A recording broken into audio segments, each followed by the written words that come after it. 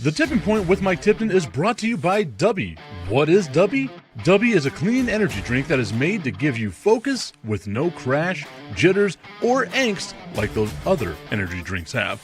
They also have no maltodextrin fillers and don't use artificial dyes.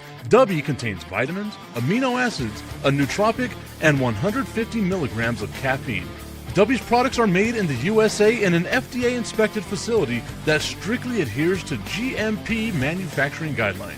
All of the flavors are unique and custom-made by Dubby, and you'll never taste our taste anywhere else. The best part about it is they're affordable. Dubby's drinks come out to about $1 per drink, much cheaper than Starbucks or any of those canned energy drinks. To learn more, visit w.gg.com/discount/MRTipton33 and place your order today. Use promo code MrTipton33 and save today. Dubby Energy, be better. What's going on, everybody? I want to tell you about my new friends over at Cleverman. Visit them online at becleverman.com. What they gave me was the energizing face and beard scrub along with the Cleverman face scrubber. And trust me when I say this, the energizing face and beard scrub smells amazing. Combining it with the face scrubber, making sure that your boy was looking as good and sexy as possible, opened up a whole different sensation in my face that I haven't ever felt before. I felt so clean, so fresh, and so clean, like Outcast said, and it helped me feel like I was ready for my day. Make sure you visit them online at becleverman.com and follow them on Instagram at clevermannyc. The link is up in my bio if you want to check out all the amazing products they have. Visit them online, becleverman.com.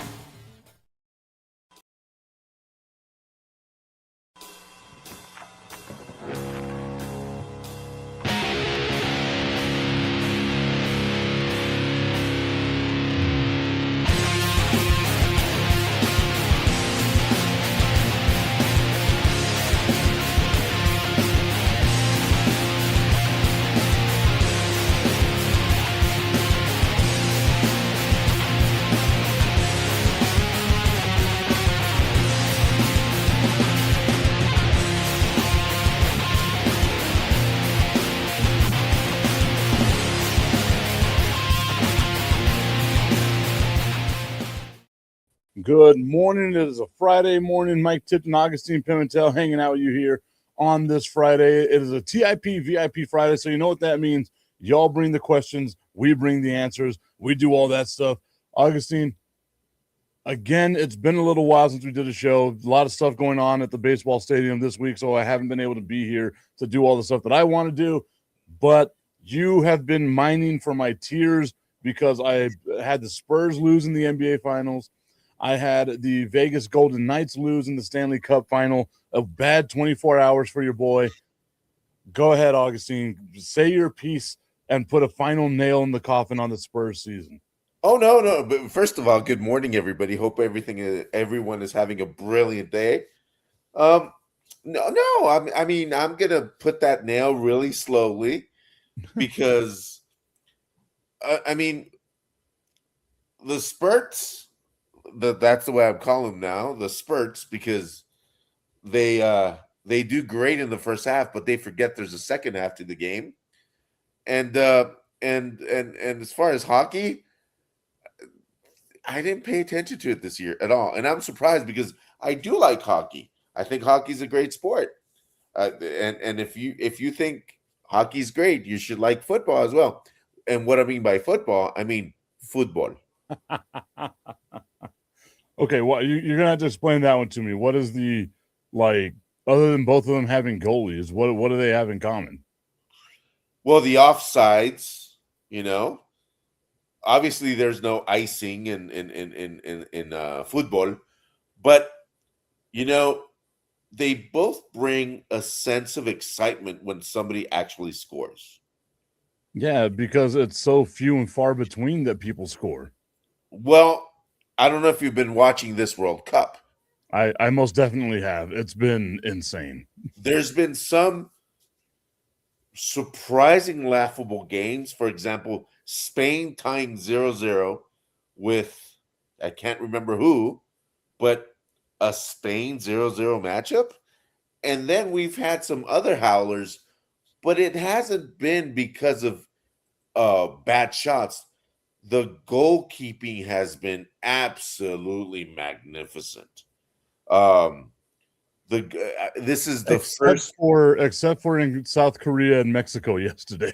well, yeah, I was going to remember the only reason Mexico scored because the South Korean goalkeeper made a boo boo, big boo boo. But for the most part, there's been a lot of quality soccer being played. And we are lucky enough here that, and then I'm going to, may I, Tipton, because this is your show, may I say a really big network on your show? Yeah. Telemundo, and you have to say it right. Telemundo has all the games for free. JP, my host saying my dad loves your show. He's fucking listening right now. Hey, shout out to your dad. I don't know who your dad is though. This is the first time I've seen you, JP. So you gotta let me know who you are. Hey, by the way, this weekend is Father's Day. Hey, exactly. This is the best Father's Day gift you can give your dad. No, it's not. Don't do it. Don't. It really is. Hey, tell your dad. Tell your dad to take care of himself. He should know what to do by now. If he genuinely watches the show. In about 25 minutes, he'll know. Yes. But as we were talking about soccer, and this is the biggest World Cup there's ever been. It's 48 teams. It's many goals, and it's a great show. We have to remember that the World Cup final is watched by an average of 1.5 billion people around the world. I know Tommy likes American football, but it's not even close to the amount of market penetration that football has. And that's the thing, right? And that's the reason why I have been kind of contrite in wanting to make sure that I actually watch and do these things, because there is a large soccer fan population out there that wants to get some information and, be it for me or anybody else. But the fact of the matter is that it is such a global game. It is fun. Like seeing the expanded tournament and stuff this year. It is fun. I've again watched more than my share. I think I've watched more World Cup soccer this year than I have any other time at any other point in my life. And I think that that's partially because it's actually in a time zone where I don't have to go over the top and out of my way to try to find the games, right? Like it's just there. Like we're gonna have a game here in an hour, right? So we're gonna have that one, then another game following that one, a little bit of a break, then two more games and stuff like that. Like it's super easy for us who aren't hardcore soccer fans to be able to watch it. So there's not an excuse to be like, okay, I don't want to watch it. And again, I don't have an emotional tie to any of the teams. Like it was cool to see Mexico win yesterday. I would have liked to have seen a little more out of them than what they got, but Mexico becomes the first team to move on to the knockout stage, which is cool with that. I'm tired of people coming up with like the tie conversation. We got to figure out ties. There's ties in the NFL too. And there's tiebreakers that go along with those ties. So if ties are what's holding you back from enjoying soccer, your favorite sport has ties in it too. So you like, sure, soccer's a little more, it happens a little more, but you get a point for it. You get this and that. Like it's a point system. If you can't understand a point system, then you just don't understand sports. Or you need to go back to kindergarten and understand math. Yeah, basic addition.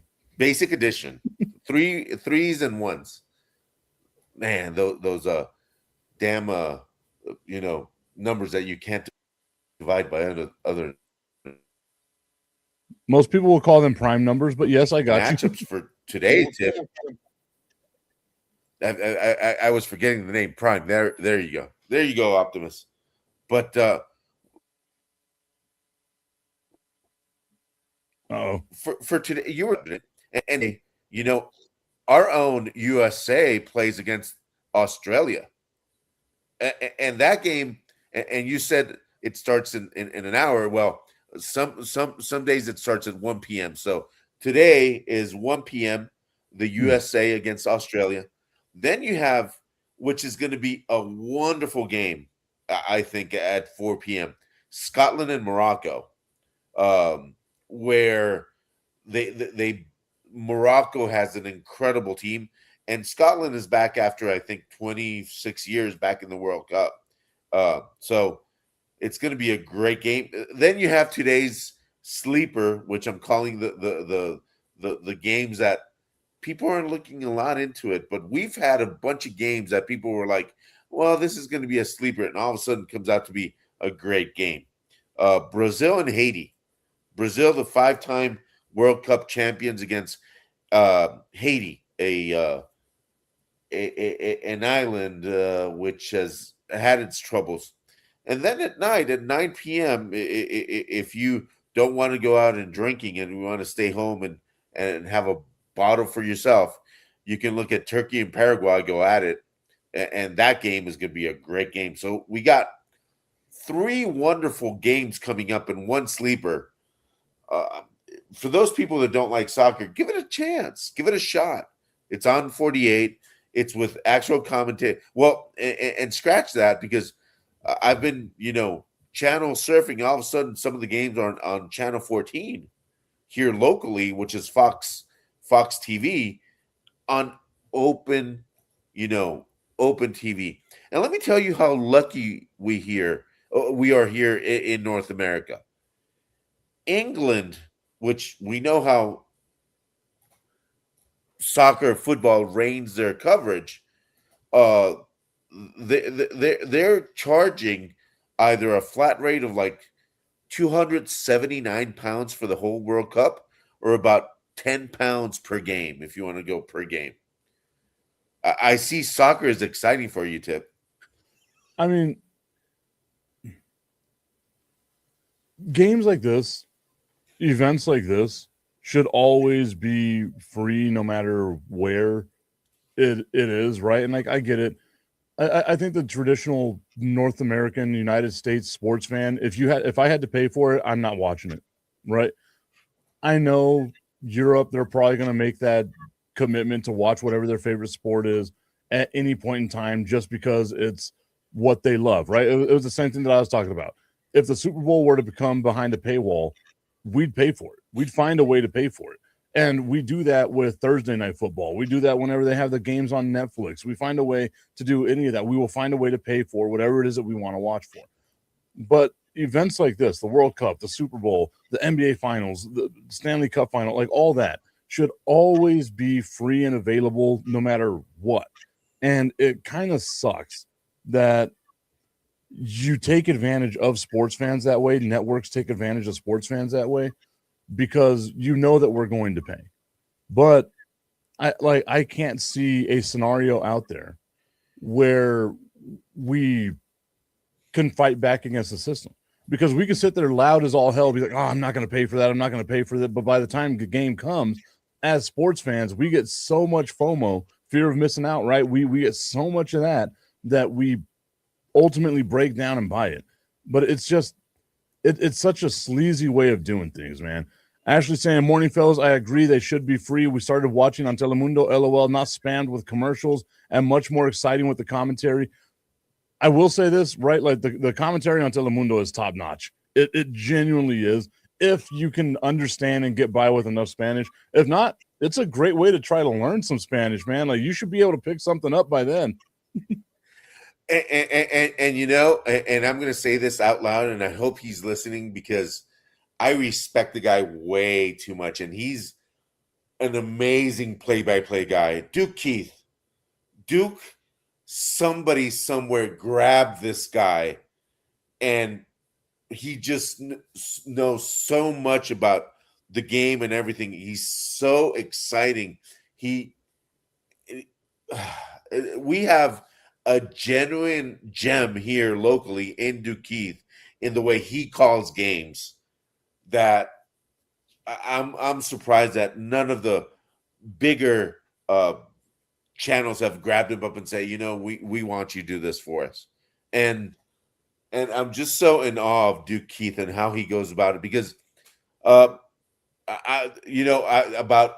was it a week ago? I think I was watching a World Cup game, and then it went into that hydration break, which is very Americanized to make the game 4 quarters if you think about it.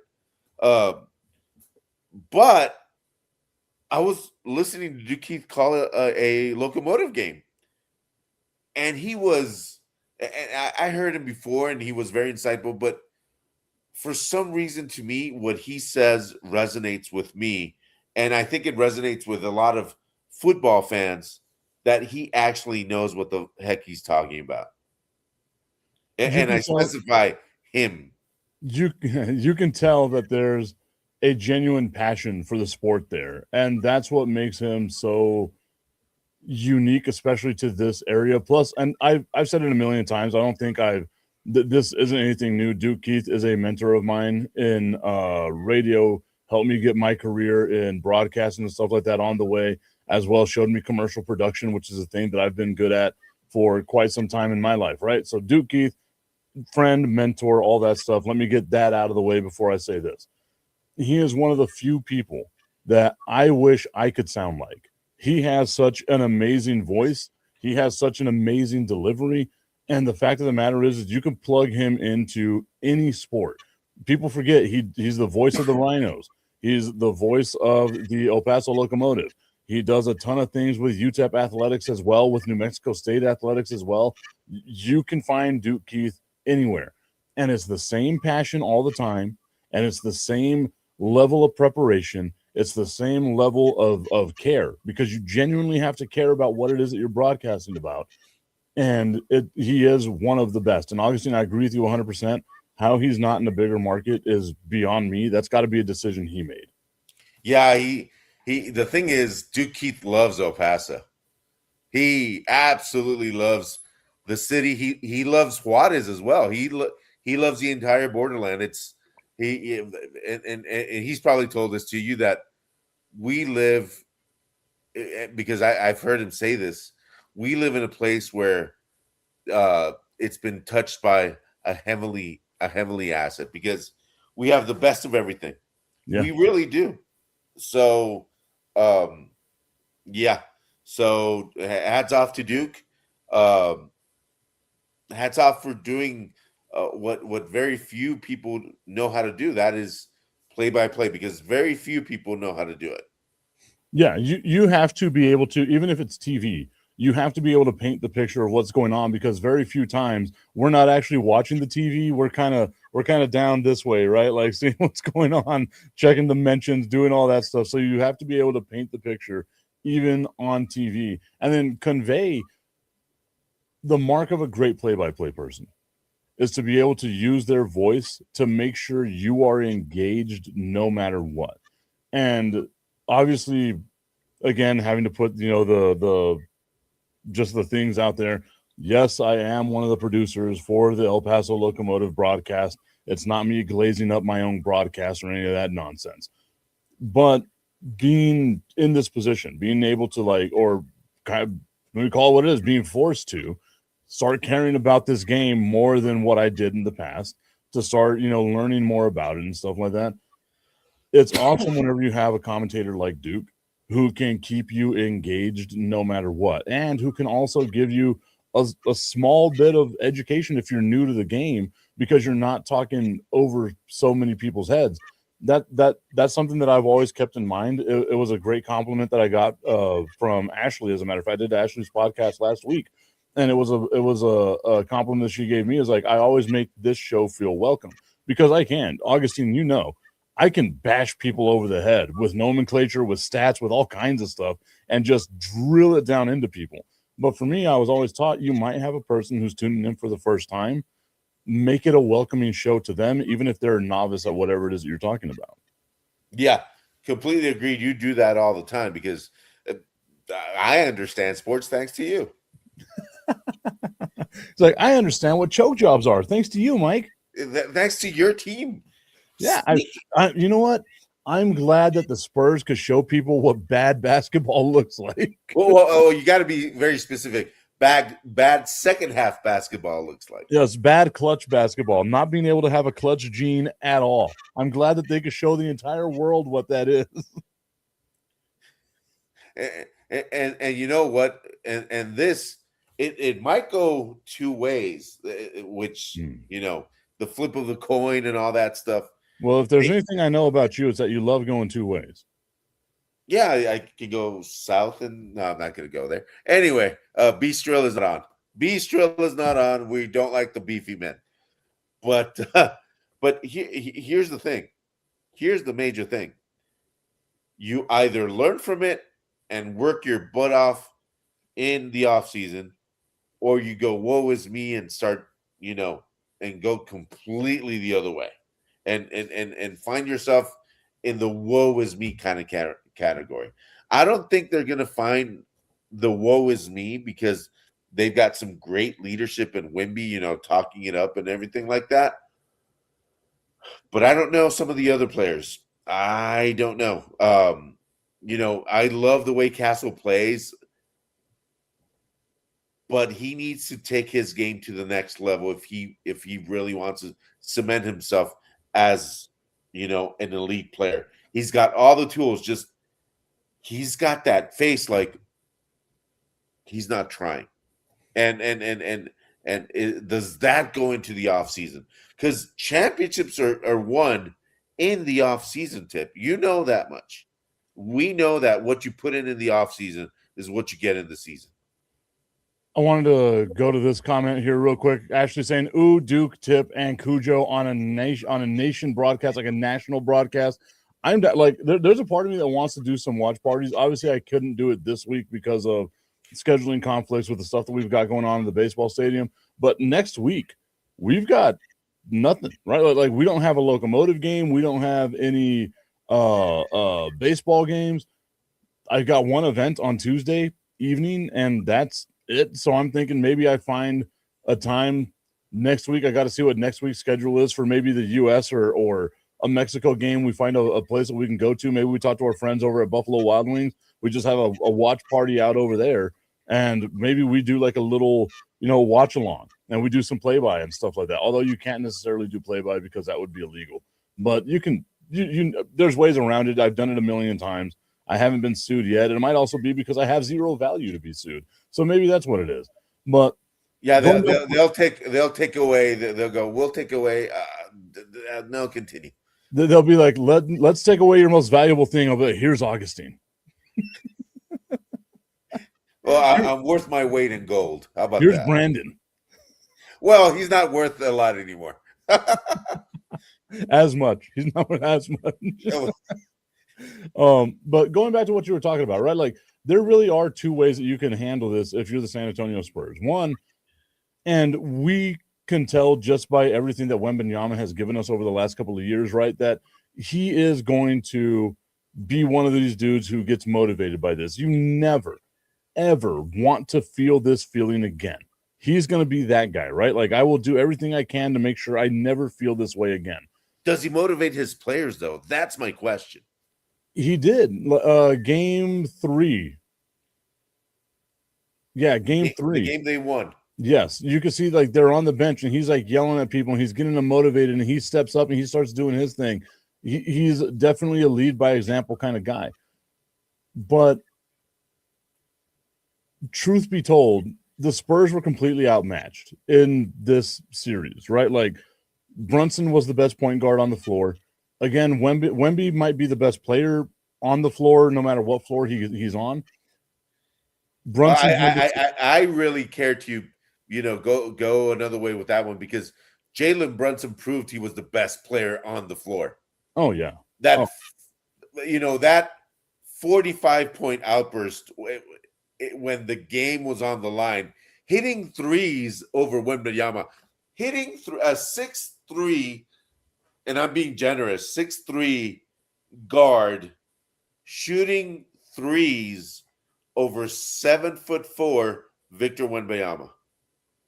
But and that's making the them. thing, right? Like bigs get shot over all the time, especially out there, because that's where they're not like you're on an island as a big, and as the big, you're also taught that you're so much slower than everyone else. So you kind of sag off a little bit. They make that shot, they make that shot. But it does look super impressive whenever a short guy like Jalen Brunson, who is 6'3", is able to shoot over the outstretched, pterodactyl wing of Victor Wembanyama. Like that is very, very impressive. But again, I would say out of the top 5 players, right? The top 5 players in this series, New York had to have 4 of them. There was a big drop off between Wemby being the best player that the Spurs have and whoever number 2 was, because Castle was in constant foul trouble. He's got to get better at that. Dylan Harper has proven over this playoffs he might be the goods, right? So like that's a good pickup for the San Antonio Spurs. But outside of those 3 guys, was there anybody else on the Spurs that you felt like, oh, okay, yeah, this guy can take over whenever it's time to do it? Yes, De'Aaron Fox hit a game sealing shot in game 3, but the rest of the series, he was nowhere to be found. And when they needed him the most in game 4, he melted away. Well, like it wasn't a very foxy move from De'Aaron Fox to do the bullshit that he did. Like it was bad. And like the more that I'm talking about this, if you want to talk about like the top 10 players on the in the NBA finals, it's not a far stretch to say that the Knicks had 7 to 8 of the top best players out of the top 10 in the NBA finals. And then there's a huge drop off for the Spurs. Yeah, but the talent is there for the Spurs. Oh, The again, talent, the yeah. talent and the potential is there. The thing is, I don't think they're there mentally. Yeah, And, and again, like and it's not the age. It just it is. well, it's experience, dude. Like we saw with Jordan. We always forget until Scottie Pippen came around to help out Jordan and give him more, of a well-rounded game. Jordan won 1 playoff game out of 10, right? Never made it out of the first round. This is the greatest of all time, and he's not prone to criticism. The same thing with Wilt Chamberlain, the same thing with Jerry West, the same thing with Shaquille O'Neal, the same LeBron James. No matter who you want to call one of the greatest of all time, there is always a learning curve there. Always. The only thing is that I understand the learning curve, but when you have a plethora of these kinds of players where they're together, you kind of see that they need to perform. I feel like I got frozen, but it's just my camera that's frozen. Yeah, you're frozen. And I was like, what? All my knowledge kind of, Tipton is in awe. That was your awe face. Awe. Very much in awe. Like I'm always enamored with you. No, that's not the right word either. There we go. Now I'm back. I don't know what the hell happened. Like the setting there told me like we're no longer going to do this in 1080p. We got to do this in 780 or 720i or whatever. I was like, well, this is interesting because that's never happened to me before. I was looking too good that the camera was like, we have to bring it back down. Like we can't make you look that good. We're doing too much work to make you look that good. You know when you're at a party and you give people your phones to take a picture and say, well, don't break the camera. I think that's just what you did, Tipton. Not only did I break the camera, I broke the internet. Like I broke the internet and the camera at the same time with just my disgusting looks. You've done that all your life. Don't worry. No, I know. I mean, it's a thing that I should be used to. It's just, it's a hard reality. You don't necessarily want to make sure that you're the guy that's known for breaking the camera with how ugly you are. And the thing is, Augustine, is that like we were getting into it, like we were really having some good momentum there, and then it just throws us a curveball that way. So all it did is just it gave us just the tip. I just want to put the tip in. Oh. It's time for Just a Tip. That would make me uncomfortable. Promise that it ain't too much, but just enough. Just a tip. Just a tip. Just the tip.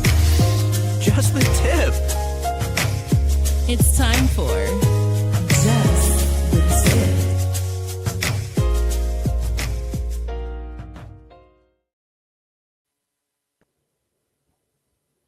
Just the Tip is brought to you by our friends over at www.myhappynuts.com. Guys, Father's Day is right around the corner. You've got to make sure you're taking care of yourself, especially your boys. And ladies, if you're out there watching the show, you've got to make sure you're taking care of your mans as well. That's your mans. Make sure you're taking care of him. Get him the comfort cream, www.myhappynuts.com. It's been hot. It's been muggy. I, though, feel nice and fresh down below because I take care of my nuts. My nuts are the happiest they have ever been. You need to do the same. www.myhappynuts.com. Use promo code Mike Tipton at checkout, Mr. Tipton 33 at checkout, and save on all of your male grooming needs.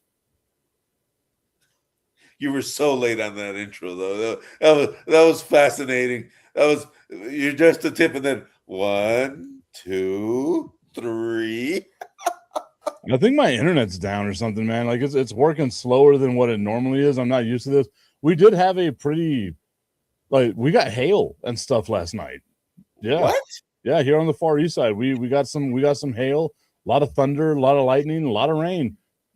Many people are saying it was the most rain in the history of wetness. No.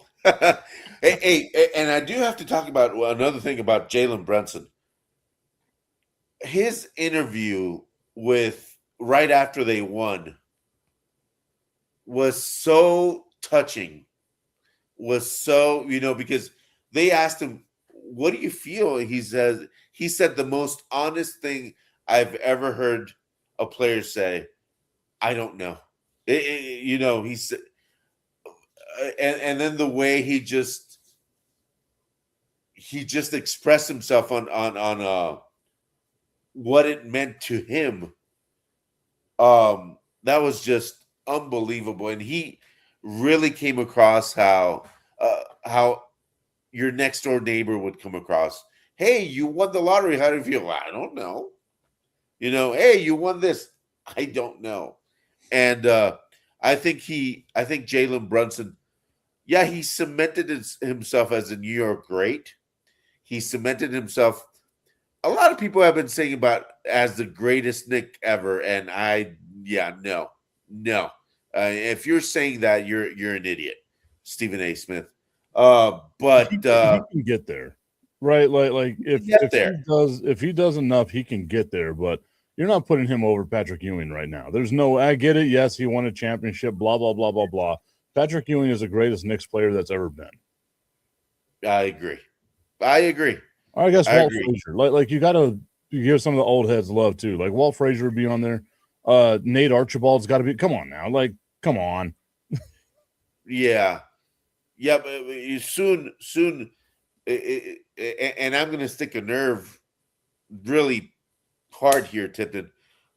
What if it takes the Cowboys 53 years to win that Super Bowl? I mean, looking back, what I'm going to ask, let's say it's a Jericho Tipton, at quarterback, in about 20 years, people are going to start saying that he's the greatest Cowboy of them all. We can't just throw out those things just like that. And it's so sad the national media had to go that way, just to grab some headlines and not look at the real headlines is that New York actually won a championship 53 years later, because that was the actual headline. The city of New York got to celebrate a championship in basketball for the first time in over half a century, right? Like that to me is the number one storyline. That's the best thing that happened out of the entire thing. We just are always prisoner of the moment. That's how we are as human beings. We're prisoner of the moment, right? Like you saying, oh, the Spurs that was the biggest choke job in the history of the NBA. Well, let's not forget about LeBron James and the 2010 Miami Heat, that super team doing all that stuff, right? Like we tend to get caught up in the moment. We tend to live in like a hyperbolic chamber and doing all that good stuff. The fact of the matter is yes, Jalen Brunson is undoubtedly one of the greatest New York Knicks players of all time. But you cannot start crowning someone the greatest of all time for a team just because he won a championship. Now, I get it. You're a Knicks fan, Stephen A. Smith. Like you like to pretend you are at least, and do all of this stuff. But we as fans always do that, right? Like whenever our team wins a championship, this is the greatest feeling I've ever had in my entire life. Oh my God, I've never had anything better than this. Well, then, my friend, that means you've never had sex because I would do that a million times over winning a championship. Let me do that as a fan, right? Maybe as a player, completely different. But as a fan, I can think of a lot of feelings better than watching my team win a championship. Yeah, and how much dirt did Stephen A. Smith eat when he tried to apologize to Jalen Brunson? That was I don't know. Stephen A. Smith should stop being a reporter or whatever he is, and just enjoy the game and just see the development of Jalen Brunson as a player that he has had over the last, since he got traded to New York, and because he said that Jalen Brunson was going to be the reason the Knicks would not win a championship, and man, did he eat crow. And that's the thing, right? Like the internet never forgets. The sports culture never forgets. Whenever you go out and you say some dumb stuff like that, you better find a way to own it, right? Like now he's been really good at being able to play both sides of the coin and do all that nonsense of like, oh, well, what I did is I motivated them and I did this and that and blah, blah, blah, blah. No, whenever you go out and you say a team will never win a championship because of someone that they signed just because you don't like the way that they signed him, the fact of the matter is that Jalen Brunson took less than the guaranteed max, right? That's a dude who said, look, I'm going to do this so that my team can have X amount of money for signing players and blah, blah, blah, blah, blah. We know the salary cap in the NBA isn't real, but it's still something there that's a hard thing to circumvent. He did these things to make sure that the team was able to get better. The team was able to get better. It was really easy in the past for talking heads, for people on national media, for all those people to go and hate on James Dolan, especially following the way that he kicked out Charles Oakley and all that stuff. Oh, look at this guy. He has no clue what he's doing. He stepped back. He just said, I'm going to spend money on the team, let the general managers hire whoever the hell they wanted to hire, fire whoever the hell they wanted to fire. It was very unpopular. Remember, it was very unpopular last season whenever they fired Mike Thibodeau because he got them to the Eastern Conference Final. And they're like, oh, you're not going to get a better coach than that. Mike Brown's not a better coach than Tom Thibodeau. And then Mike Brown comes in, wins them an NBA final. They made the right decisions along the way, despite the fact that you had people like Stephen A. Smith, who, as the commish says, is just a fan of the moment. You have people like him hating on what it is that you're doing, and you still find a way to make sure you get it done. Ashley saying those takes are what has made him ass. All about the clicks and rage bait. He works both sides because he's fitting to get into politics. That is what it feels like. Stephen A. is going to wind up being in. He's always been in politics, though. A lot of people need to remember this. When he first got fired from ESPN, I want to say it was 2003, he was on CNN and Fox News as a commentator, as a person for at least a good 10 years. Yeah. Consecutively. He's getting back into it now, but it was consecutively 10 years. Yeah, and the thing is, most of his opinions are just clickbait. And it's not as much of an opinion as it is stating what people want to hear. Right? You're a dude from Philadelphia. Oh, I hate the Dallas Cowboys. Okay, cool. I'm going to choose 31 other teams than the Dallas Cowboys to win a championship. Way to be brave. Oh, my God. Every team will win the championship, but not the Cowboys. Hedging your bets on that one, man. That's a tough one to get behind. Hey, stop talking about me. Tommy saying, I was one of those saying that the Knicks were dumb for letting go of a coach that had got them to the conference finals. And again, the criticism should be there. But teams know more about what's going on in their team than what we do, right? There comes a point where, and I've said it we were talking about it with Mike McCarthy, right? there comes a time where the message from the head coach becomes stale. We say it about UTEP athletics all the time. There comes a time when the message from the head coach becomes stale, and you just have to bring in somebody else that has a new point of view that can get them over the hump. We saw this with, let's go all the way back into time, right? We saw this with the Chicago Bulls getting rid of Doug Collins and bringing in Phil Jackson. We saw this with the LA Lakers getting rid of, God, whoever their coach was at the time. I want to say it was like Tex something, but I can't remember what his name was. Getting rid of him, bringing in Phil Jackson. We saw it with the Golden State Warriors getting rid of Mark Jackson and bringing in Steve Kerr, right? It's a thing that we see a lot of in basketball. You just see more of it, I want to say, in hockey, especially because you can get rid of a coach right before the playoffs of a team that's super stagnant. And then in hockey, he just comes in, they wind up winning the Stanley Cup. Hockey is such an insane sport that way. And I think it happens in soccer a bit too, right? Yeah, it does. And how about one of the major points of this World Cup is Tunisia, when they lost their first game, I think 5-1. First time ever in a World Cup moment that a World Cup head coach gets fired during the World Cup. That's insane. I couldn't imagine firing your coach in the middle of the World Cup. When I was at the office and we were, water cooler talk with everybody at the office, and my SQE supplier quality engineer listening to me, did you see that Tunisia fired their coach? Oh, that's probably here. And then I look it up and I go, what? They fired their coach right after the first game of the World Cup. You still have more games. Yeah. You have 2 games after that in order to. You got to remember these.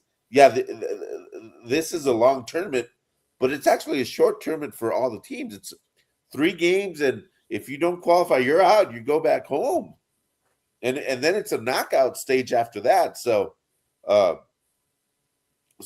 all the games matter. That's the thing, and that's another conversation we were having at the office. We worked very hard at the office, just so clearly. Yeah, we were talking about baseball because another of my SQEs is a huge baseball fan. I mean, this guy breeds baseball and he speaks stats and all this and that. But I told him the following: do you follow the whole season? And even he said he didn't. 162 games, he said, that's just too much. That's a lot of games that don't matter. I will say that every game matters. Especially all 75 of our home games that we have with the El Paso Chihuahuas. Make it out to the stadium every now and then, guys. It'll be fun. Have a good old time. Saturday, we're going to have fireworks. Go out there for the fireworks, man. It's Toy Story night. Oh, that's right. Toy Story 5 is out. What are they going to? We need. I was watching the trailer for it, right? Like I'm there with Jericho and all that, and he's like, "Do we really need a 5th Toy Story?" And I was like, "I don't think we do, but I get the message, right? Like, get off electronics and go play with some of the toys you got." I even told him, like, we've got you a ton of stuff, but you're just sitting there on your phone 90% of the time. Like, maybe go play with some of the stuff that you made us buy you jerk. Like, maybe you go do that. I can't believe you called Jericho a jerk. I didn't do that. What kind of person would do that? It's a caring father. Happy Father's Day, everybody. I just want the best for him. That's all. Yes, you jerk. No, but we were talking about the importance of games, and this is, and you said it like a year ago. That is why the NFL rules in the USA. Oh, because every game matters. Well, I mean, it's also the physicality, right? Like, you can't play football more than once a week. Like, if you do that, you just have bodies fucking crashing out all over the place. Like, they just wouldn't be able to survive. Basketball, a much faster paced game, less physicality that goes along with it. The hockey, I don't understand how the hell they can make it through an entire season, but whatever, you're doing your thing. We all know hockey players are tougher than normal human beings. So They're not human that's what it is. beings. They're Yeah, not they're not. human. They're not. They're not. But again, like, scarcity makes people care more, right? I thought baseball had a really good thing, and I get it. It was the COVID season. It didn't really matter. But whenever they had those 60 games, just 60 games, and it made people really be like, holy shit, okay, well, now we've got to focus in on baseball and see what's going on. It made you realize that people will care more than 162 games. Even if you cut it down to like 82, right? Like you do what the NBA and NHL does. You give us 80 games. That would feel so much more of a light lift for baseball than it would for, what we have to do now as fans. However, that will never happen because that stadium loves being open, right? You're not going to tell the owner we're going to have half the events here, which means half the concessions, half the ticket sales, half the merch being sold inside the stadium at that point in time, half of the upgrades and things like that that people get in the middle of the stadium. You're going to cut all that revenue in half? No. Put your owner's hat on right now, Augustine, and we're all saying no. You know what we want? We want more games. Make it 200 games a season for Major League Baseball. I don't give a shit. My stadium will be open. People will buy things. People will, buy tickets. They'll be there. It'll be available. Let's do something like that. Yeah, you're completely right, but they also need to have the right sound in those stadiums because most sounds in the stadium is awful. Not my stadium. I'm busting my ass. I've busted my ass to make sure that stadium sounds good. And that's part of the experience of going to a stadium, the singing, that seventh inning stretch, that's part of going to a game. And the thing is, people zone out in games because we're accustomed to watching it on TV and having it explained to us. And we don't like looking up at the score. Was that a strike or a ball? We don't recognize the umpire going like this anymore. Oh, if he didn't do that, it's a ball, and you're right. We've been blessed with great commentators throughout, especially in baseball. I mean, how many great commentators have there been in baseball? Because, and I'll tell you this much, and this is also props for I always forget his name, his first name, Haggerty. Tim Haggerty. He makes you live the game.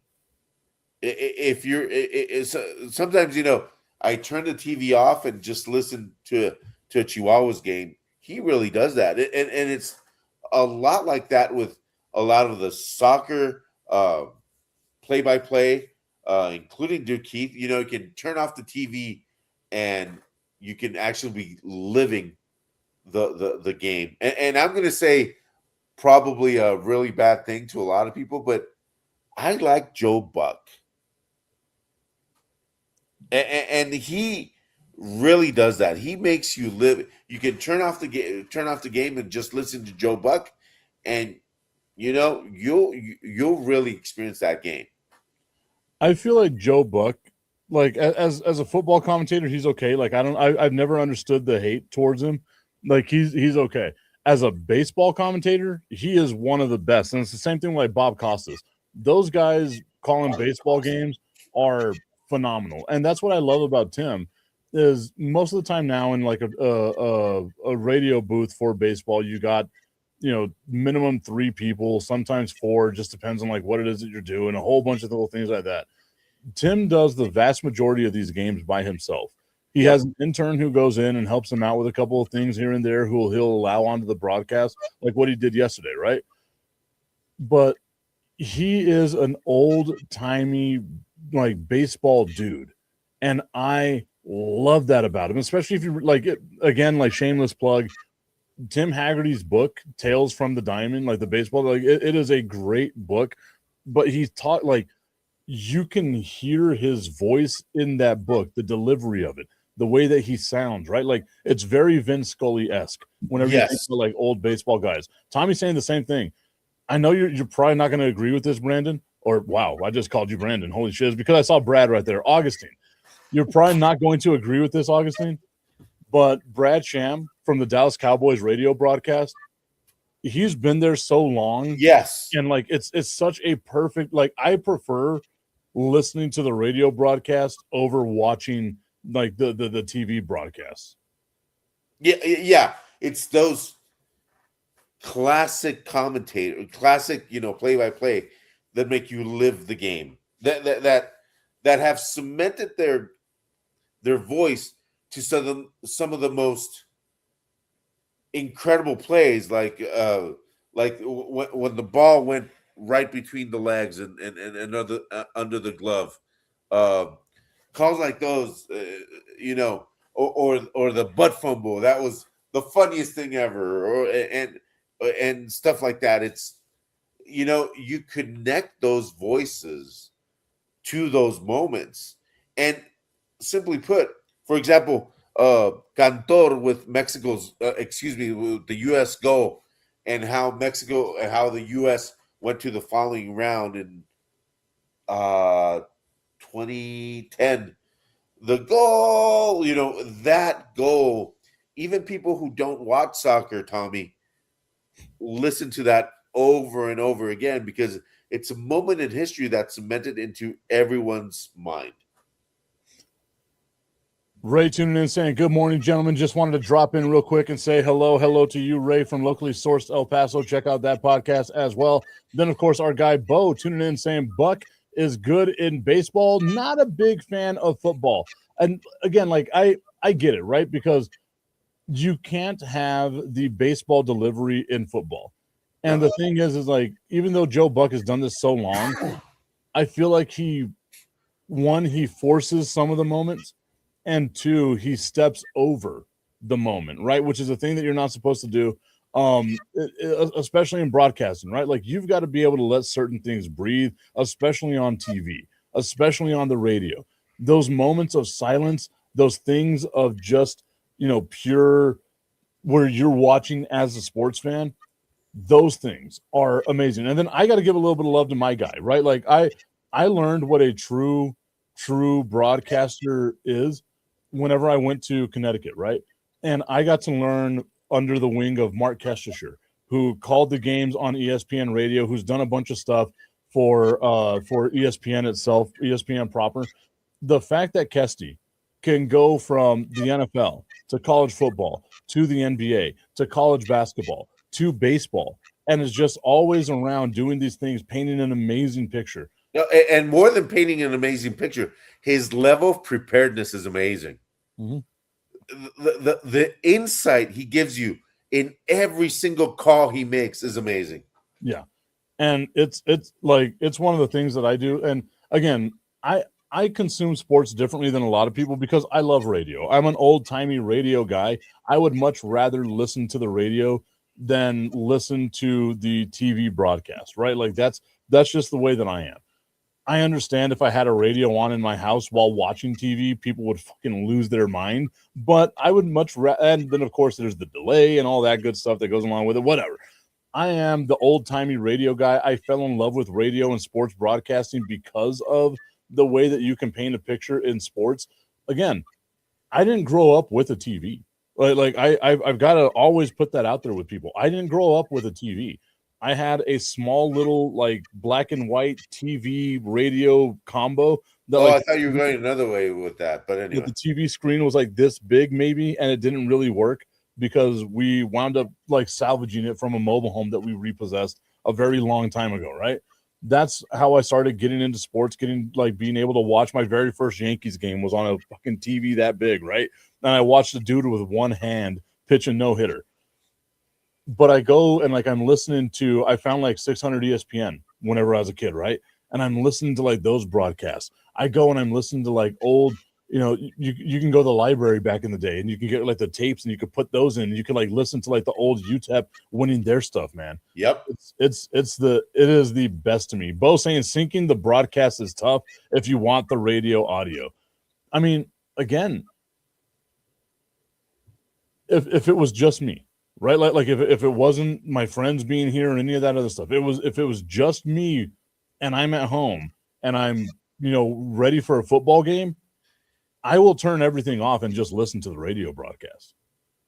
Yeah, I'm sometimes the same way because, like I said, radio makes you live it a little bit more. And for me, and radio needs to keep going. Radio needs to be there, not just in cars, but in your house. You need, if you don't have a radio in your house, there's something wrong with you. Because I have an AM FM radio at the front, and I put it up, and I'm listening to stuff, and you know this, Tip. You see me sometimes tweeting at like 10 at night, going, "Hey Haggerty, why didn't you call this?" You look at me, and the only way I can be doing that is that because I'm actually listening. Tommy says, "Damn, Mike, if I didn't know you, I would have thought that you were born in the 50s." But again, well, like, he gave you credit. I would say the 30s. Yeah, no shit. Like my old time radio was, and now we're tuning into New York, and there's nothing but white guys on the field. That would have been the thing that I would have gotten to. But again, I grew up in a super Christian household. No cable, none of that stuff. We went to church 3 days a week if we didn't go 4 days a week. Whenever we finally got like cable TV, my mom would make sure that we had Charles Stanley. I don't know if anyone knows who that is, but Charles Stanley's like ministries up on TV all the time. And again, like it was funny because like my rebellious thing as a kid, whenever I grow up in like the 90s, right, is I was listening to hip hop on Power 102 back in the day, but I had to have it really low on that radio because if my parents came by my room, I would have to like really quick, like I learned what the presets were. I was like, oh, we're going to hit this onto like 96.3 country music, right? Like that's what it's going to be. Like we're going to have that, the K-Hey, Y96 is what it used to be called. But yeah, like I just, again, like the super Christian household that we grew up in. Bo says that explains a lot. It really does. I'm still living that rebellious stage of what I had to go through. Could you imagine? Thank God my mother was not alive to see what this has become. Yeah. Thank goodness she doesn't have to go through just the Tip. Yeah. I'd be a completely different, like it would be a much more buttoned up show if my mom was like actually tuning in. See, the funny thing is like maybe this is just, we would be wearing ties. Maybe it's just personal trauma coming out, but like I know I can get away with this because my dad will never consume any of this, right? He's 96 years old. He doesn't give a shit about what I do. What if he's listening each and every time? If he is, I'm sorry, Dad. This is what you raised. You created this. Congratulations, Dad. You raised a fine boy. Yeah, that's the reality of it, Tipton. That's the reality. I love that my biggest flex is, again, being the youngest of 11. Whenever you're the baby, they always like look at you with rose-colored lenses, right?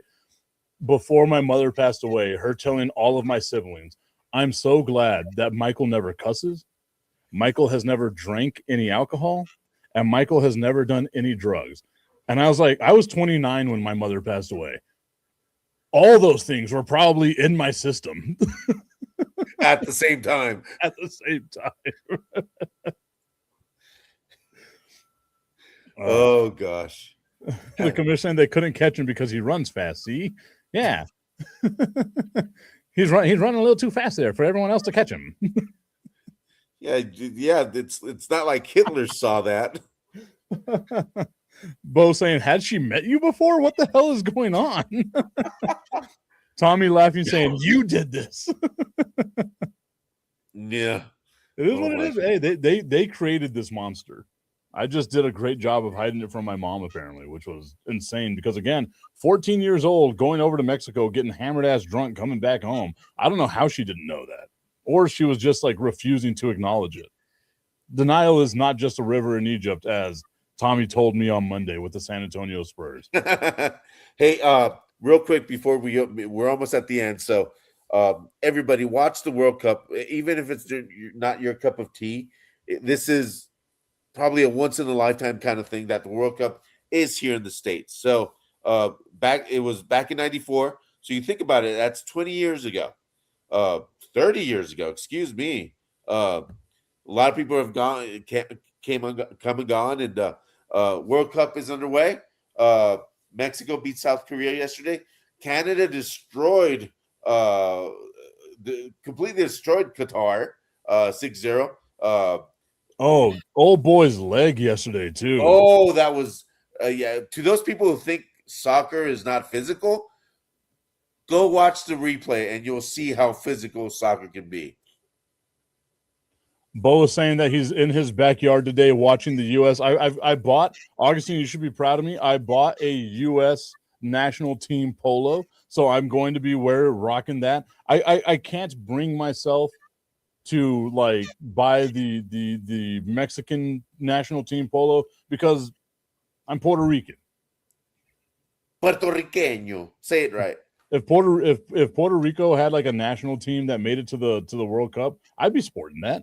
You need to say it right. Puerto Rico. Puerto Rico. Oh, Puerto Rico. No, without the R's. It's with an L. Puerto Rico. I know.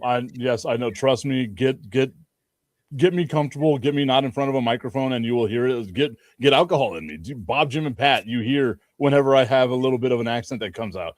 Bo saying, I mean, it's here in Seattle. I mean, I'm down. You know what, Bo? Thanks for the invite. All of us are going to go to Seattle, and we're going to hang out in Bo's backyard. That did not sound good. We're going to hang out with Strilla. Yeah, with Strilla, just a bunch of big, beefy men. Soccer is as physical as Augustine's sex life. It's not. That's the best way to end the show, Tommy.